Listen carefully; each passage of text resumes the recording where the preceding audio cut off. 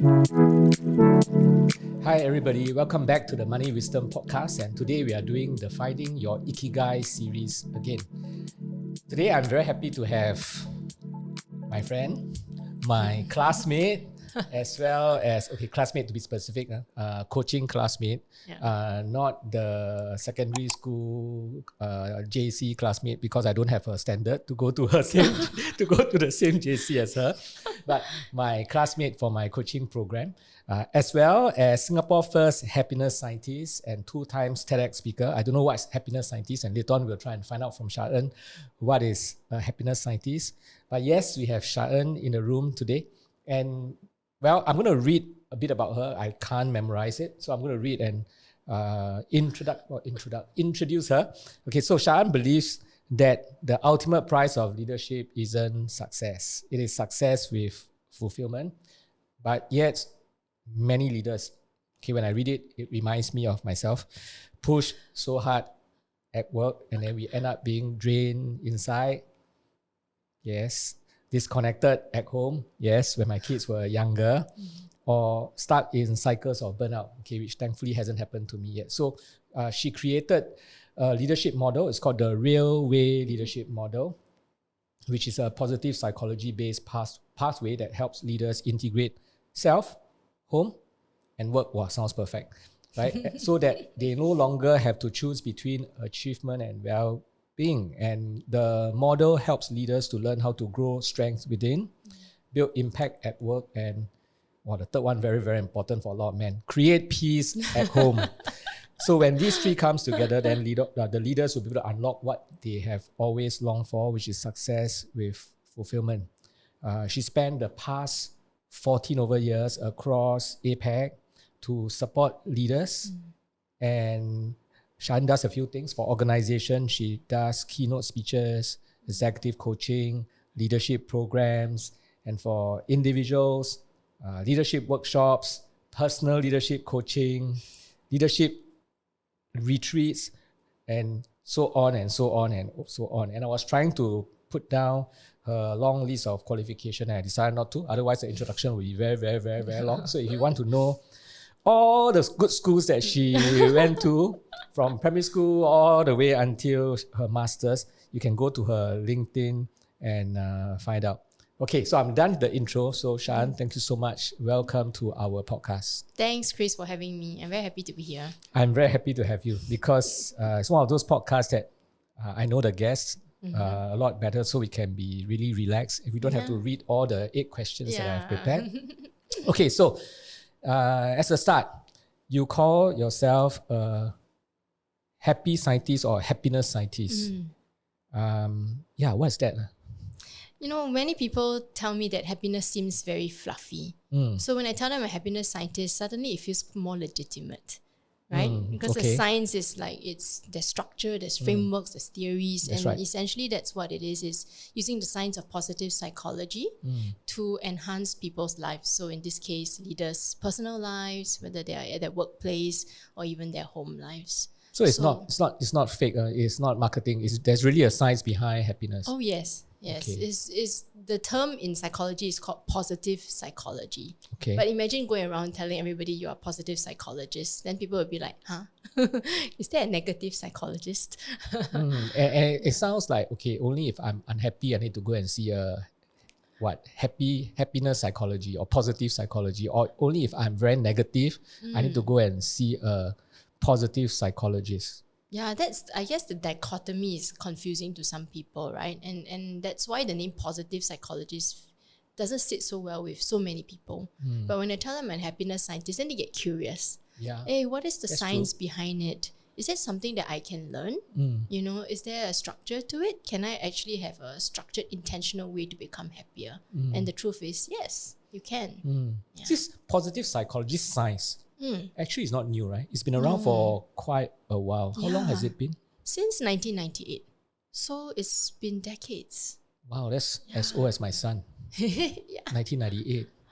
And I know that you went to the university to do this. Yes, the professor whom is he the founder, pioneer Yes. of positive psychology? That's right. Dr. Martin Seligman. Okay. And he was my lecturer, he's my teacher. Right. You went there to do it? Yes, I did. How long did you spend? I was there for a year. And that was 14 years ago, 2010. 15 years now, 2025, yeah. Wow. But before that, you were a teacher. Yes, you were correct. teaching, right? You're teaching in local school? I was teaching in local school, in a primary school, teaching English, math and science. But I think that was when I realized how important this concept of positive psychology is, even before I knew it had a name. Because, students, they work so hard and they're just pursuing all their academic targets. But I noticed that they didn't know how to relate to friends sometimes, like resolve conflict. And then when they failed, they didn't know how to bounce back, to be resilient. Yeah, so as a teacher, I felt, there's more that I can do for my student besides teaching them subjects. It's teaching them about how to navigate life situations. But I didn't have the know-how. And that's why I started reading and came across positive psychology. Did something happen in school to sort of trigger you to want to do something like this? Oh, yes. I had a student who was in my class for 3 consecutive years. Highly driven, very motivated, those kind who would raise his hand in every class to answer my questions. He gets 95, 98 upon 100. Wow. But, it's like those kind of brilliant students. But I realized that he was having a lot of family issues. And his parent was perfectionist. So even getting 95 was not good enough. Wow. Every mark he did not get 100, he'll get 5 strokes of the cane. Yeah. And I was like, I have the same reaction as you did. I was heartbroken because what am I going to do for this child? Secondary school? Primary school. Primary school? Yeah. Oh my gosh. I can't just keep teaching him math, right? Because he's already so good at it. What more can I do for this child? Actually, he needs resilience to cope with some of the onslaught of what his father was saying, right? He needs to know also that his worth is not tied to his academic results. But I didn't know how to teach him that. All I could do was just empathize, with the situation that how he was did you find through. out? He or she? It's a he. Yeah. He told you about it? You found out? He told me about it. And also one day he had an emotional outburst in class. We were having a spelling test and then he just overturned his table when I kind of said, hey, can you just get ready? And he overturned his table and he ran out of the class. And I have got 39 other students in class waiting for me. So I can't just chase after him. But I was really worried for his well-being. Was he going to do something? Because he was in such anger. Yeah, but eventually when I saw him, it was very weird. He was at my desk taking my stack of books. It's very helpful. He said, Miss Yeo, just now you mentioned that you needed your book, so I came here to get it. As if the outburst did not happen. Meanwhile, there I was panicking already, right? Do I need to call the father because something happened? And that's when he started to say oh, Miss Yeo, you don't understand. This is what's happening at home. That was 15 years ago? Yeah, more than that. So more than that. Those days, this whole thing about mental wellness, we don't talk a lot about it, right? Nowadays we talk a lot about it. Yeah. But that would be considered a mental wellness issue. Absolutely, right? Imagine going through such stress every day. You are trying your 100%, but all you get is negativity. You're not good enough. You need to do better. 95 upon 100, I would love those results, right? My kids would love those results. I'll die, man. I think if it's me, I'll get maybe 50 strokes of cane each time when I go for my exam. 95 marks. Yeah, and I can imagine the trepidation he would feel as I need to go home. It's not peaceful at home. It's very stressful. Yeah. Wow, I can't believe it, man. Sorry. Yeah. I was very shocked when I heard it. I also couldn't believe. And I was just doing the math. And I wish then I can just give him 100 marks so that he doesn't have to be caned, So that sort of started your interest to find a solution. Definitely. Yeah. So in my spare time, I started reading, thinking, how do I help these kids? Especially when maybe they don't do so well, then they feel like the whole is over. That feels very pessimistic. Yeah. So the initial motivation actually came from children who for some reasons were not happy. But of course, the work that you do subsequently, it applied to even adults. Yes. Because you probably have the same issues deep inside. Yeah, and I guess that as I applied it with the students, I had to learn it myself, because how do you apply something that you don't know? Yeah, so in the book that I first read was called Learned Optimism. Yeah, and they have this structure called the ABC. Essentially is identifying the A, which is an activating event. Psychologists have a lot of jargon, but it's basically like what you asked me, was there a trigger? Right? And then B is the belief. What is the thought about that event? And then C is consequences, emotional consequences and behavioral consequences. Yeah, just out of curiosity, I mean, if you have someone who is like this, a child, be it a child or an adult, should they go and see a psychologist, a psychiatrist, or to see someone that is trained in positive psychology? When do you go and see a doctor? Right. And when do they go and see someone like you, right? Yeah. So there are distinctions. So if let's say somebody is struggling with something like a mental health challenge, for example, anxiety or depression, and it's affecting their normal functioning, meaning they can't go to work, or in a kid's case, maybe they have school refusal. There are many cases like that, right? And they feel anxiety just thinking about getting out of bed. Then that's when I would say go see somebody who is clinically trained, either a clinical psychologist, a therapist, or if they have some kind of thing that needs to be diagnosed, or maybe a special needs case, then an educational psychologist, right? And then for somebody like me, and we think about enhancement. So for example, it is affecting you, but it's not causing you not to be able to function well. Yeah, but you just want to know how to do it better, right? Or you want to move from 0 to +10 as opposed to -10 to 0. So that would be the distinction. What are some of the symptoms? For example, if I'm a parent with children and I see them struggling, what are some of the symptoms so that I know that, okay, sorry for lack of a better word, right? I mean, it's not so bad yet. So I don't have to bring my child to a doctor, right? But okay, I want him to be happier. I want him to be more confident. So okay, I should bring now my child to come and see you. Yeah. So okay, so for example, let's zoom in on something like anxiety. So I used to work in MOE, and we also handle a lot of emergency cases. So anxiety that is debilitating, meaning that the child cannot function. They cannot do their schoolwork. They cannot talk to their friends. They are withdrawing into their own world.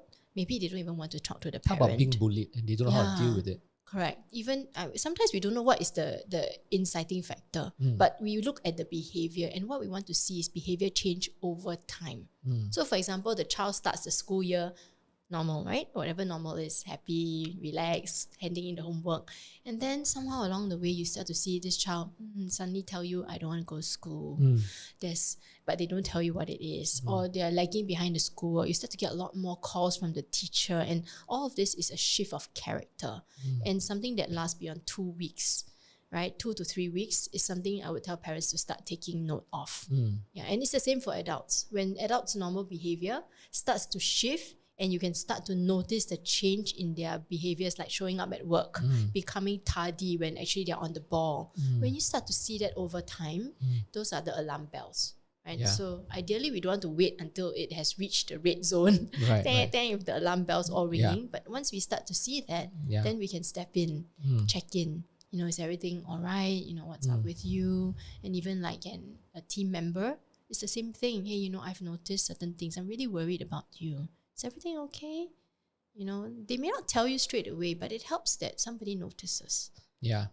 Sorry, I know that I'm not going into any of the questions that I prepared for you, okay. Because I'm really interested in I actually feel quite embarrassed saying that. I wanted to say I'm really interested in what you do because we have known each other for so long. But I'm asking all these questions because I think that many people should know that there is another avenue. Yes. Right? Because to most of us, it's a psychiatrist, it's a psychologist, it's to see a doctor. And then nowadays, with a lot of bullying in school, actually parents don't know what to do. And especially if the bullying is not the physical kind of bullying, even the school cannot do anything, right? Because you may be ostracized and the teachers will just tell you that we can't do anything because we cannot force people to be friends with your child. They can't do anything at all. They can only observe to make sure that your child, he doesn't get beaten up, right? But parents are at a loss because he can't do anything, and the child comes back home unhappy. He or she doesn't want to go to school, and parents have no avenue. And sometimes for this kind of cases, going to a doctor doesn't help. So I thought knowing that there is such an avenue like this is helpful. And so if a child is going through this and parents bring the child to you, how long is the process? Process of them coming to me? Like, how long? Okay, I know it doesn't sound like a very smart question. Like, how many times must they see you? Like, is it 5 times?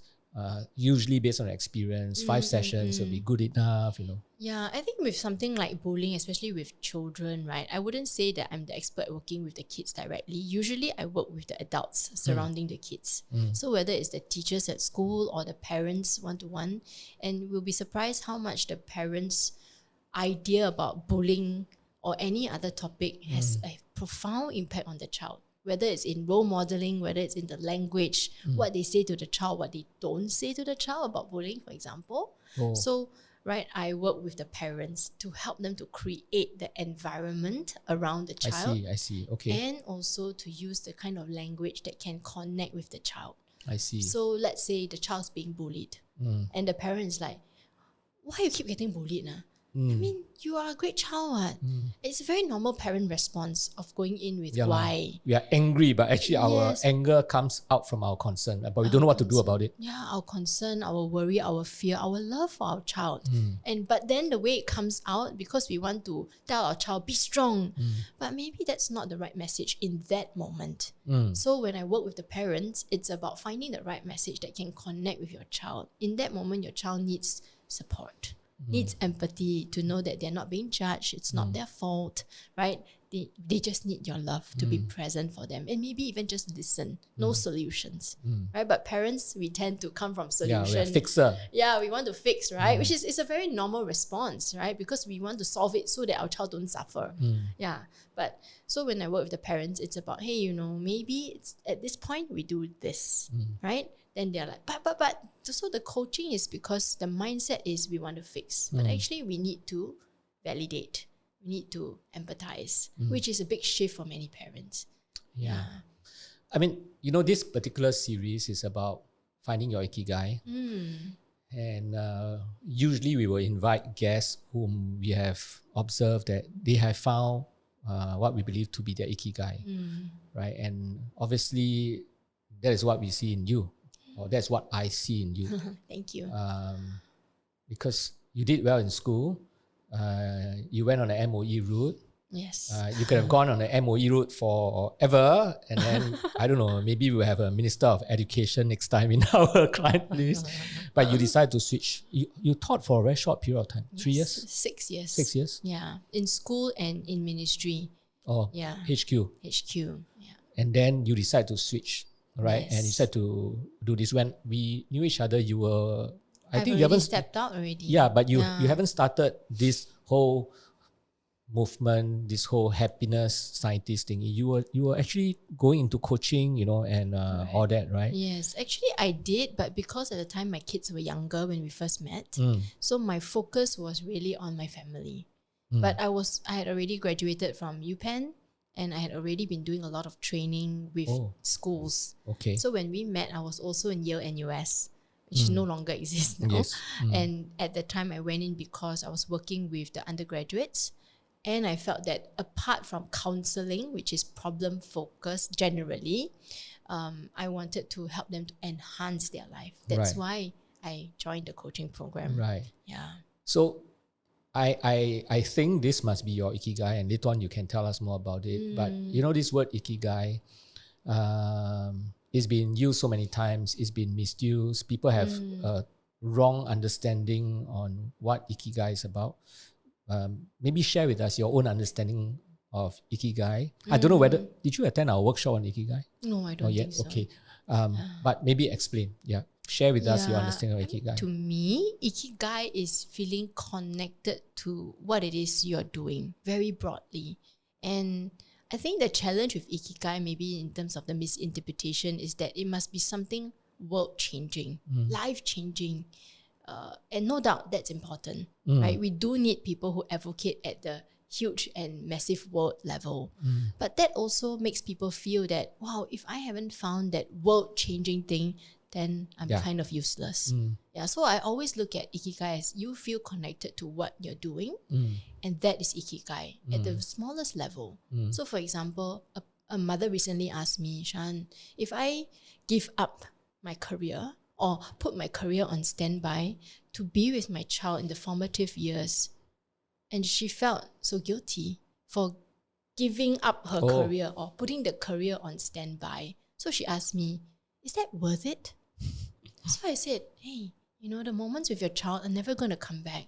And if in those moments you feel connected to your child, you feel that, hey, you're contributing on the family front, maybe not finance front, maybe you're not getting promoted, but isn't that beautiful? Then she looked at me, it is, and I'm enjoying every moment. So I think sometimes we wait for the world to tell us that, this is your Ikigai, it must look in a certain way. But I don't believe that. I believe that if moments like this that we are connecting, this is Ikigai.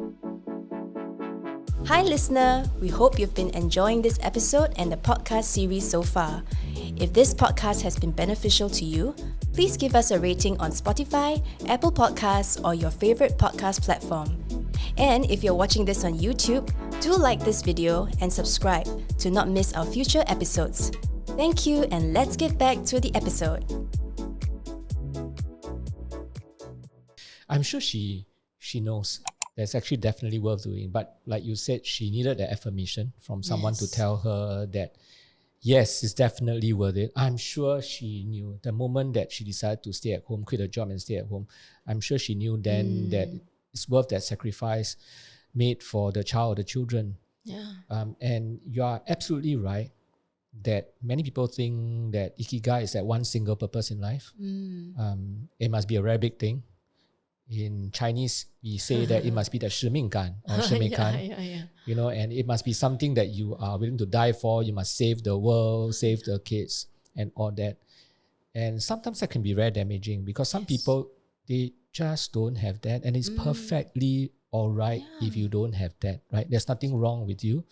And the Japanese concept of Ikigai, actually Ikigai is made up of two Japanese words, Iki and Gai, and Iki is actually daily living. And Gai is a word that you mentioned just now, worth, right? And so if you put Ikigai together, it means what you do on the daily basis that is of worth. And it can be very small things. It can be for your child. It can be going out with your friends. It could be spending time here. And Ikigai is not what you are trying to achieve, but rather the feeling when you are doing something that's of worth, right? So it can be a very, very small thing. It's just unfortunate that many people think Ikigai is that 4-circle Venn diagram because when they Google it, and it really doesn't help because that 4-circle Venn diagram seems to suggest that you must have that one big thing in life and you must be paid for that one big thing. But that's really not Ikigai. And I think you've said it very well for your this parent that you spoke to, this mother. I think what she's doing is really her Ikigai. And it seems like what you are doing right now, would you say is your Ikigai? Yeah, definitely. Yeah, I think ever since I switched over, I wake up every morning feeling very motivated. Yeah, of course I have bad days. I'm human, right? Yeah, Cannot be every day we're happy. We look forward to go to work. Yes. Yeah, work I'm always happy. Yeah, work I'm always motivated. I mean, even if I have a setback, I will feel sad for a while. I'll feel frustrated for a while, but that only means I care about it, right? But then I will reflect on it and ask myself, well, what can I do better tomorrow? Yeah, and so I always feel motivated. I wouldn't say the same when I was in the ministry. Nothing to do with the ministry itself, but I think it's alignment, right? When you feel connected to something, it's about alignment. It's what you want to do and believe in, and then it shows up in how you do it. Yeah. How did you feel about it when you had to get out of the ministry? Because, typical Singaporean, right? Study very hard, do very well in school, get a scholarship, go to a top university in the world, come back, join the government, 铁饭碗, right? And then you just quite just follow, do. Then at some point, maybe you go admin service, maybe PERMSEC, maybe, you move up that career ladder. And then, money-wise, you'll be fine. But then you have to step out. You went into, in a way, entrepreneurship. Did it ever occur to you when you made that decision that, wow, no more financial stability. I don't even know how I will turn out. Maybe I'll fail in this project. Were you afraid? Did you even think about that at the time? I planned 3 years for it. So I was still in ministry and I kind of felt disconnected with what I'm doing for many reasons, right? I mean, education is still a big part of my heart. That's why I still continue to support the schools. Even talking about bullying, I wrote a post on Facebook recently. It was shared over 90 times. I'm going to MOE next week to hopefully have a discussion with them. So I still feel very passionate about education. But the way in which we were doing it at that time, now it's changed, right? It's a bit more, supportive of the whole child, I would believe now, right? Yeah. Actually, I think they just talked about this yesterday in Parliament. Right, exactly. Yeah. About what teachers can do and about whether we are covering up, and all these things. Yes. Yeah, so there are definitely a lot of tension. But sorry I interrupted. Yeah, because I mean, people who are watching this right now, many of them would be very afraid to step out of their comfort zone and pursue what is of worth, because it's always that financial stability, responsibility, and this is the way we have been conditioned in Singapore. Yeah, right. Study 100%. Very hard. Yeah, so that's why I'm very curious. Didn't it worry you at all? Actually, you don't know what you don't know. That's what I would say. But I also know we are in a practical world, right? Especially Singapore. And so I did plan for it, meaning that I did save up my money in order to make a switch if I wanted to. Of course, I'm married to a beautiful guy who is very stable in his career. So we have a discussion about it. What if I were to do this? Do you think we can afford it? Can we manage it? And the answer was yes. Because first of all, we are not people who spend a lot of money. We like to learn, and maybe the biggest budget we spend is on our own personal development and growth. And so after I came back, in fact, halfway through my degree in UPenn, I already felt like, oh my goodness, I want to do this for the rest of my life. But I wasn't sure if I could do that when I went back. So that was the primary reason. If I spend so much time and money to be here and bring my daughter, who at the time was 10 months old. Really? Yeah. Your whole family went? Whole family we went. Then I must be able to do it 100% when I come back, not 50%, and not subject to anybody's direction. Yeah, and there was only one way to do that, which is to leave. Yeah, was I scared? Definitely. I was unsure, but I had a lot of conviction. Yeah, in fact, I had so many friends who tell me, Sha-En, hey, you just stay on, you'll be principal in no time. Relatives would tell me, hey, this is a bit risky. I know lah, maybe you jaded, you want to have fun. Then in no time, you'll be back at a job. Try for 6 months then yeah, I had a lot of all these people telling me this. And of course, they echoed some of my own personal feelings. But I also felt like, what if I don't do this? If something can be so powerful to help society or even just one individual, why don't I do it? What's the worst? The worst is I go back to ministry, or I can teach tuition. So I knew that it would not be zero. I would not be going back to zero. Did you give yourself okay, I'm going to try this for 3 years.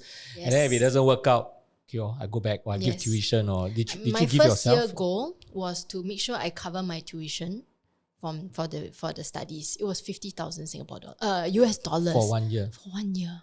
It was a lot. And that was like 3/4 of my salary at the time, right? More than a decade ago. Yeah, more than a decade ago. It's a lot of money. Yeah, but I said that I will do everything that I can. That is, of course, what I'm passionate about. Or even if I'm not 100% passionate, I would try it as long as it's enhancing somebody's life. And it, of course, is within ethical boundary. I will do everything that I can in my first year. So I went all out. Entrepreneurship means you have to be very thick-skinned. I'm sure you would know that by now. So everything lah. And I said, if I can make back my first year tuition fees, then why not? I can do that one. And I did.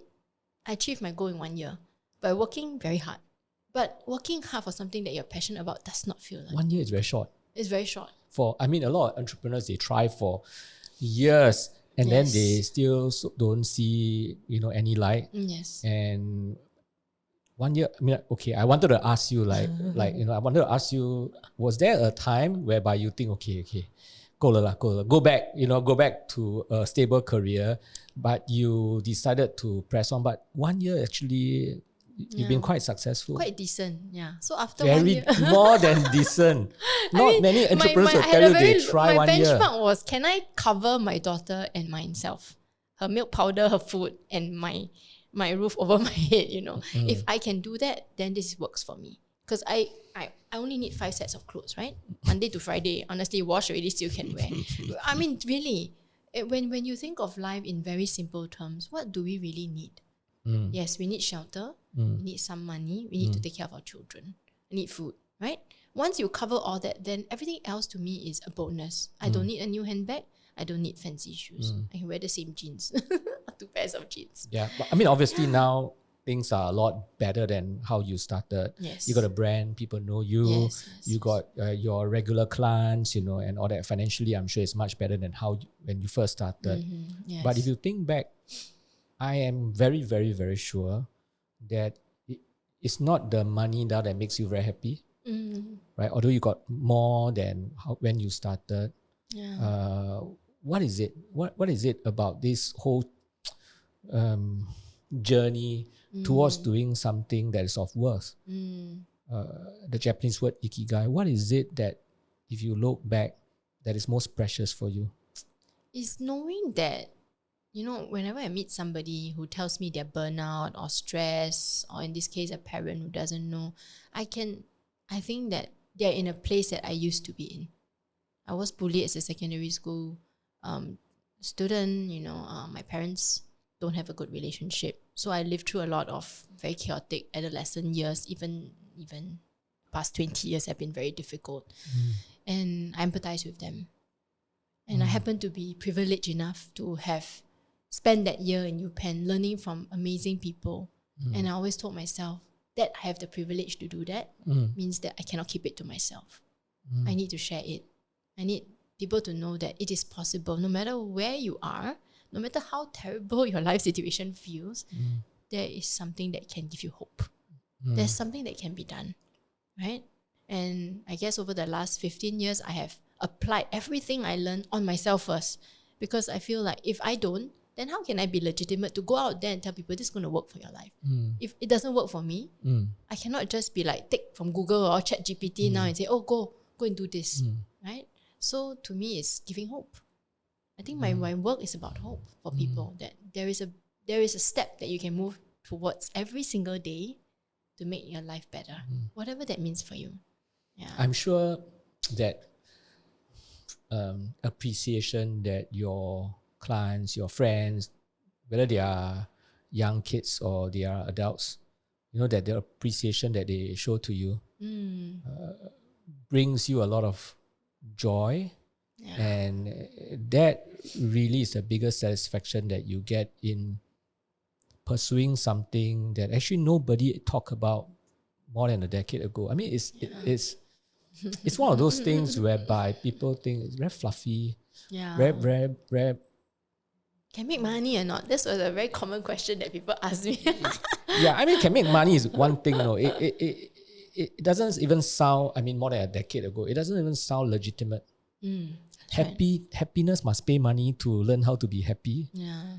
Right? I mean, today, of course, people are more accepting of these things because now people realize that mental well-being, emotional well-being is very real. But I can imagine more than a decade ago, there must have been a lot of naysayers telling you cannot make money, it's not even real, 这骗人是吗, and all that. But of course, after more than a decade of work, the appreciation that you get from parents, the result that you see, the impact that you have made to your clients, I'm sure that is the thing that gives you, in the Ikigai language called Ikigai Kan, which means the feeling. Kan means 感觉, right? The feelings of Ikigai. Yeah. In just before COVID, I actually got a business partner. And we were so excited. We were like, okay, now we can expand a bit more, right? And I thought, wow, like after so long, I finally have somebody to walk with me in the journey. It can be very lonely. So we partnered up, and then you know what happened in 2020 lah, COVID. So in March, when the government announced circuit breaker, of course we started to get a lot of emails from all our clients. Oh, Sha-En, we cannot do this anymore. We have to postpone, we have to cancel. And for the first time since I started my business in 2011, I was at a loss, because it's like, oh my goodness, what are we going to do? No clients, no income, 2 of us to support now. It was a very scary feeling. Yeah. And then I thought, maybe now's the time to like, hey, maybe this is a sign, right? Maybe I should just go back to a job, But I also felt that at the time, people were struggling. I got a lot of message from ex-clients on like, Sha-En, people I know are disconnected. They can't meet their family. There was so much stress in the world. Yeah, so I told my business partner at the time, and some of us who are in the field, say, let's do a webinar series and let's just broadcast whatever we know to everyone out there. So people ask, can you do this? But we can't pay you. Yes, I just said yes, because hey, I've been doing this for so long. I don't know what else I'm supposed to do, right? At this point in time, for like 3 months on standstill. So we just did that. Webinar, coaching, online, whatever, IG live, all kinds of things we did. And I told myself, okay, this is my baby, not my physical baby, but my business baby. And if I were to give it up, I feel like I'm doing a disservice to myself and to all the people who have actually supported me to get here. Yeah, so while some people decide to go back to the job, some of my entrepreneur friends said they need the money, they went back to the job. I had reserves, so I relied on my reserves. I decided to actually invest in more coaching, business coaching for myself. I doubled down. You paid money. I paid money. To go. When everyone is trying to save money, I paid money because I felt, no, now's the time to do even more. Yeah. And of course, once everything blew over, because of everything that I had done for free, I start to get a lot more back in return. Because you sowed the seeds. Yeah. And to me, I've always been driven by that. It's not about the money. Money will come when the impact you make is of value to other people. Yeah, so this is very aligned to what we always believe. At Providend, we always say, first make your life decisions, and now we call it Ikigai decisions, before financial decisions. You first make your Ikigai decisions, and then you arrange your financial affairs to support your Ikigai decisions. And when we say arrange financial affairs, we don't just mean save more and invest more. Sometimes it means decluttering your life, spending lesser, right? Just to make sure that you are able to chase those Ikigai decisions or make those Ikigai decisions. Yes. But it's always very scary. And there are people out there whom they need courage. What would you tell to these people, right? They really actually know what is of worth for them to do. It could be something very small, like I'm going to quit.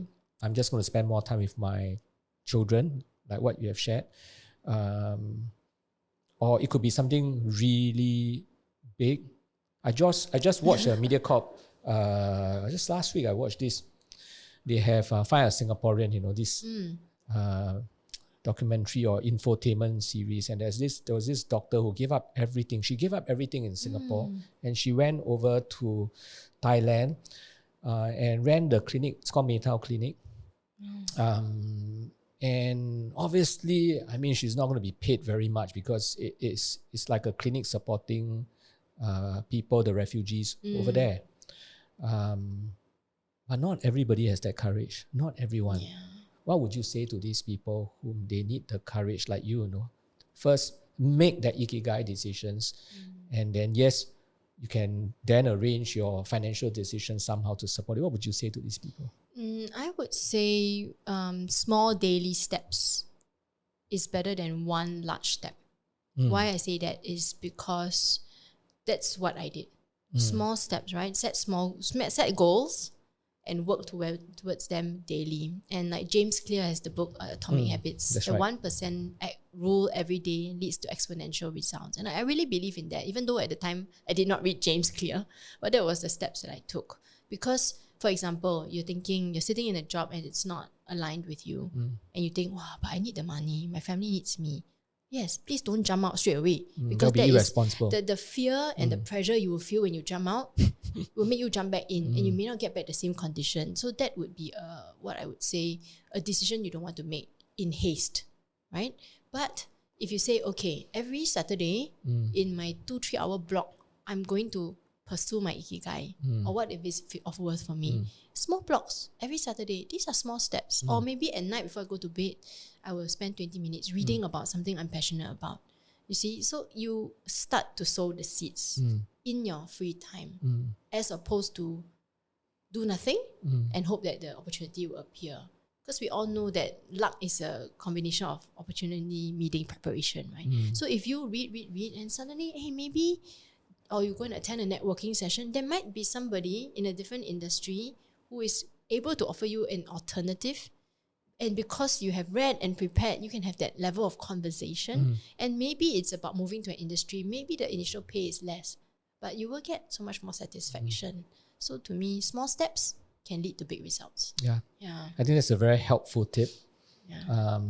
Many of us, I think when we want to do something, we always want to take that very big step, but the big step is so difficult to take, and then it cripples us, and then we don't take any steps at all. So I think that's a very good tip to start with a very small step. So tell us, what's your next big project? What's the next big, okay, won't say big, okay, big may not be the correct word. What's the next Ikigai that you will be pursuing? So this in your introduction, you talk about the real way leadership model. So that is something very new to me. I launched it in July, and to me, it's a culmination of the past 14 years of the work that I've been doing. And I think of it less as a model, although the model is the psychological structure for it. But I think of it more as a movement. Can all of us live more true to ourselves? And it's very in line with Ikigai, right? Can we? I feel that when I do a lot of training, people come and there's a lot of internal barriers. Sometimes they put on masks just to get through the day. And I know sometimes we need to survive, right? But then in private, sometimes they'll DM me, send me messages, Sha-En. Every day I'm struggling. And nobody knows. And I find that if nobody knows, then you're just struggling by yourself, right? So to me, the real way is something that is in alignment with my stage of my life, and being able to send the message that it's okay to be in a space where you don't have to put up all these masks. Just come in and be yourself. You're struggling, it's okay. Just share it. This is safe. So I've started a WhatsApp community as well. People can join. You move from Telegram to WhatsApp, right? I moved from Telegram to WhatsApp because I feel like engagement is important. But every day I share daily insights, right? So this week we have been talking about rest, 7 types of rest. And what does it truly mean to rest? Rather than say, oh, rest, go and spa. Okay, that's great. But then what about things like emotional rest? Having somebody to talk to who can truly listen to you without judging you, right? What about social rest? People who get overstimulated from too many people around them. So we have real conversations. That's what I'm doing now. The WhatsApp is called the Real Room. It's the same name? Yes, same name. Because the Telegram is the Real Room, right? Yes. Is that going to be closed down and just WhatsApp is going to focus on that? No, I'm still updating, because I do know there are some people who want the privacy of the Telegram and people who did share that they want to engage by talking to people. And so they will post questions, or I drop little prompts every 2-3 days for them to reflect on. And so they will share. So how do people find you? I mean, if they want you to do some work for them, whether personally at home or in their organizations, how do they find you? Is LinkedIn the best place, or what is the best place? LinkedIn definitely, but also my website. I'm still in the midst of revamping it a little bit to be more in line with this. But you can find me at my website, happiness-scientist.com. Okay, because when I go to your LinkedIn and when I click the website, somehow it goes to the Telegram chat. Yes, because that is something that I'm trying to grow right now. Okay, so it's happiness-scientist.com. Yes, correct. Okay, we definitely put it in the podcast. Thank you. But thank you very much for spending time with us. I think it's been very inspiring, and I think many people who have heard you, I think they will be helped. And I think even for me, now I know a channel, an avenue for parents who are facing difficulties with their children in school and they don't really know how to help their children. And the route may not always be one that is going to see a doctor. I think now that they have heard you, they at least know that there is another alternative channel whereby they can get some support. Yes. I also know that you are going to do a TEDx talk the third time. I hope so. It's a global search and they're bringing it to Singapore. So that's quite exciting. So, we put in an application to put a proposal for the talk you want to give. And TED's always looking for new ideas. Yeah, so I put in my application. Done already. Yeah, I won't know until October, which is quite soon. Yeah, in it's a quite couple soon. of weeks. Yeah, but all the best. I hope you do get it, and then you can update your LinkedIn and say 3 times TEDx speaker. Well, they did say don't submit those common topics like, the best way to be happy is to be authentic. Even though I do believe that, but they say don't give us that because they have too many. Okay. So I pitched for something a bit different. So all the best, Sha-En. Thank I hope you really get to speak on that platform. Yeah, I hope so too. Thank you, Chris. thank you. Thanks for having me. Yeah, thanks for listening to us, and I hope that it's been inspiring for all of you. If you like what you hear, please follow us and also share this with as many people as you know. And we'll definitely put how you can contact Sha-En in our podcast. And for those of us who feel that you need more support, you can please reach out to her. So thank you. All analysis, views or opinions from interviews, recommendations and other information broadcasted, or published herein are provided for general information purposes only. Information expressed does not take into account any specific situation, particular needs or objectives and should not be construed as specific advice or a recommendation. Information has been obtained from sources that are deemed to be reliable, but their accuracy and completeness cannot be guaranteed. Always consult with a qualified investment, legal or tax professional before taking any action. Providend Limited does not accept any liability for any loss whatsoever arising from any use of the information broadcasted or published herein. All contents and information contained herein may not be copied or reproduced in whole or in part by any means without prior written consent of Providend Limited.